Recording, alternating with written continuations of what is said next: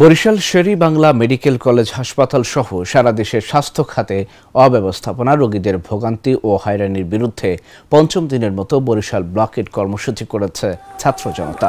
ফলে মঙ্গলবার ঢাকা-বরিশাল মহাসড়কে যানবাহন চলাচল বন্ধ রয়েছে। সোমবার বেলা 12টার দিকে নগরীর নথুল্লাবাদ কেন্দ্রীয় বাস টার্মিনাল এলাকায় ঢাকা-বরিশাল মহাসড়ক অবরোধ করে আন্দোলনকারীরা। এ সময় তারা বলেন, সেবাচিম সহ দেশের স্বাস্থ্য ব্যবস্থা সংস্কারের জন্য তারা দীর্ঘদিন আন্দোলন চালিয়ে আসছেন, কিন্তু এখন পর্যন্ত কর্তৃপক্ষ তাদের সঙ্গে কোনো আলোচনা করেনি। যতদিন পর্যন্ত স্বাস্থ্য খাত সংস্কার না হবে ততদিন পর্যন্ত আন্দোলন চলবে বলেও জানান তারা। যাত্রীদের ভোগান্তি হচ্ছে, এজন্য আমরা আন্তরিকভাবে দুঃখিত। আমরা বিগত 16 দিন যাবত যে আন্দোলন করতেছি, আমরা যেমন ভোগান্তি শিকার, যাত্রীরা ভোগান্তি।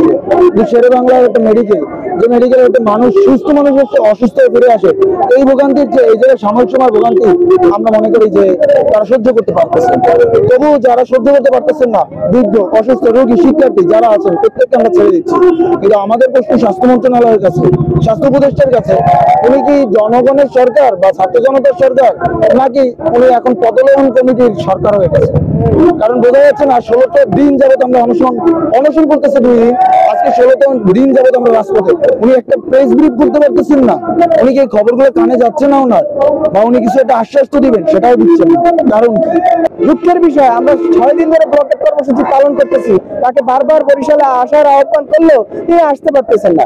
2000 শহীদের রক্তের বিনিময়ে ওনারা ওই চেয়ারটায় বসতে পেরেছেন।